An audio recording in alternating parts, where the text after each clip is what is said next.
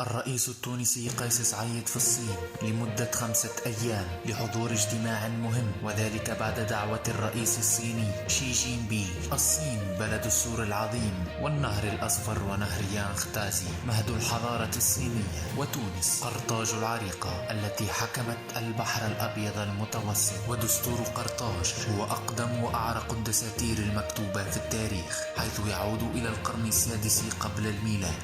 ومعلوم أن جمهورية قرطاج كانت أهم منابع الديمقراطية في العالم القديم قبل روما وآثينا بشهادة أفلاطون وأرسطو. وقد توجه رئيس الجمهورية التونسية الأستاذ قيس سعيد إلى الصين تلبية لدعوة من الرئيس الصيني. وقالت المتحدثة باسم الخارجية الصينية هوا تشونيينغ أنه من المقرر أن تستمر الزيارة إلى الأول من جوان المقبل. وحسب ما أعلنت وزارة الخارجية الصينية أن الصين ستستقبل 4 قادة عرب